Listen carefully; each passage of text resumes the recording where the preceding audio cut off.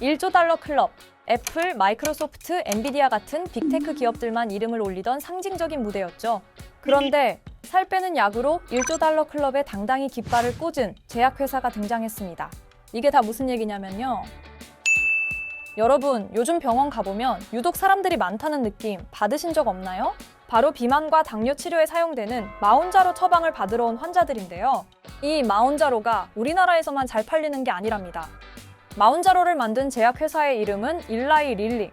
그런데 일라이 릴리가 최근 시가총액 1조 달러를 돌파했습니다. 제약회사가 시가총액 1조 달러를 넘긴 건 이번이 역사상 최초예요. 최근 삼성전자가 시가총액 5천억 달러를 돌파했다는 사실과 비교해보면 그 규모가 얼마나 거대한지 실감이 나시죠?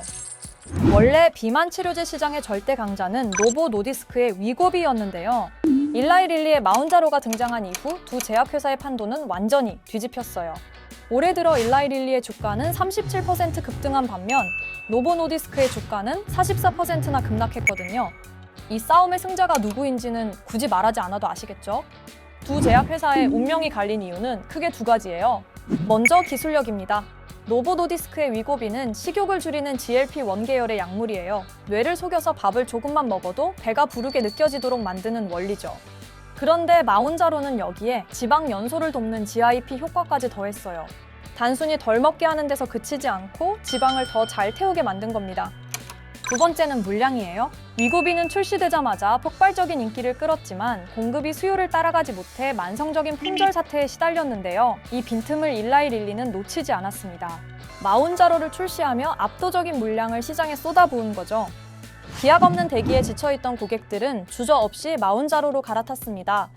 결과는 숫자로 드러났어요. 실제로 최근 미국에서 비만 치료를 위해 병원을 찾는 신규 환자 10명 중 7명 이상이 일라이 릴리의 약을 처방받고 있거든요. 일라이 릴리의 시장 점유율이 70% 이상을 찍었다는 이야기예요. 그런데 승승장구하던 일라이 릴리가 갑자기 의외의 카드를 꺼냈습니다. 미국 정부와 손을 잡고 비만 치료제 가격을 인하하겠다고 선언했기 때문이죠. 잘 팔리는 약의 가격을 대체 왜 스스로 낮췄을까요?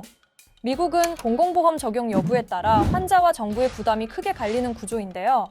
지금껏 미국 정부는 대상 인구가 지나치게 많고 약값이 고가라는 이유로 재정 부담을 우려해 비만 치료제의 보험 적용을 제외해왔어요.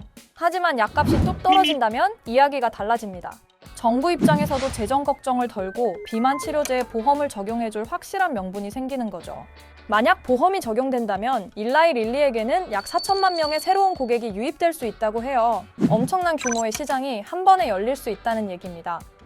여기에 더해 일라이 릴리는 또 하나의 카드를 준비 중이에요. 바로 먹는 비만약을 개발 중이거든요. 지금까지 마운자로나 위고비는 사용자가 직접 배에 주사를 놓아야 하는 형태였잖아요. 그런데 지금 개발 중인 먹는 비만약 오포글리프로는 알약으로 훨씬 간편하게 복용이 가능합니다. 시장 판도가 또 한 번 바뀔 수 있다는 전망이 나오는 이유죠. 실제로 전문가들 사이에서는 2030년대가 되면 비만 치료제 시장 규모는 약 1,500억 달러 규모로 성장, 그중 일라이 릴리가 약 1,000억가량을 차지할 수도 있다는 이야기가 나오고 있어요. 물론 일라이 릴리에게 리스크가 없는 건 아니에요. 마운자로 사용자들 사이에서는 설사, 근육통 같은 부작용 사례도 꾸준히 보고되고 있거든요. 그럼에도 불구하고 일라이 릴리의 질주는 멈추지 않고 있는데 여러분도 마운자로 관심 있으신가요? 일라이 릴리는 대체 어디까지 성장할까요? 댓글로 여러분의 의견을 남겨주세요.